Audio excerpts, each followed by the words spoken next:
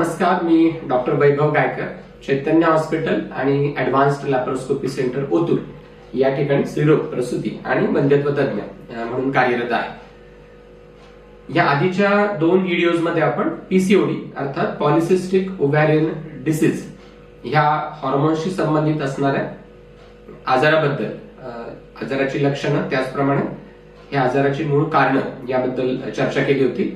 आजच्या या व्हिडिओमध्ये आपण पीसीओडीची ट्रीटमेंट कशा पद्धतीने करायला हवी किंवा पीसीओडी साठी जीवनशैलीमध्ये कशा पद्धतीने बदल करणं आवश्यक आहे याबद्दल थोडक्यात चर्चा करणार आहोत। संतुलित आहार, नियमित व्यायाम, ताणतणावांचं व्यवस्थापन अर्थात स्ट्रेस मॅनेजमेंट आणि स्त्रीरोग तज्ञांच्या सल्ल्याने योग्य पद्धतीने उपचार, अशा प्रकारे पीसीओडी अतिशय प्रभावीपणे नियंत्रित करता येतो।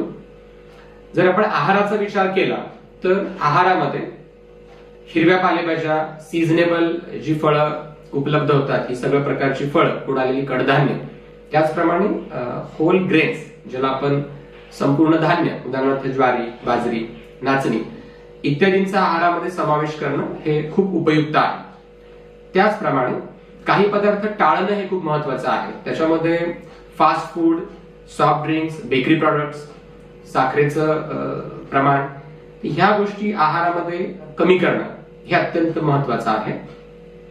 नियमित व्यायाम, साधारणपणे रोज 30 ते 40 मिनिटं विविध पद्धतीचा व्यायाम, त्यामध्ये चालणं किंवा धावणं, पोहणं किंवा जिम मधील स्ट्रेंथ ट्रेनिंग एक्सरसाइजेस किंवा सूर्यनमस्कार, योगासनं, अशा कोणत्याही प्रकारचा शारीरिक व्यायाम जो सहज करणं शक्य आहे असा केल्यास पीसीओडीवरती नियंत्रित करण्यात त्याचा खूप मोठ्या प्रमाणामध्ये फायदा होतो। तिसरा जो महत्वाचा घटक आहे तो म्हणजे स्ट्रेस मॅनेजमेंट किंवा ताणतणावांचं व्यवस्थापन। यामध्ये मेडिटेशन असेल किंवा श्वसनाचे व्यायाम असतील किंवा आपले छंद जोपासना असेल, अशा प्रकारातून आपण ताणतणावांचं व्यवस्थित नियोजन केल्यास पीसीओडीवरती चांगला कंट्रोल करणं आपल्याला शक्य आहे।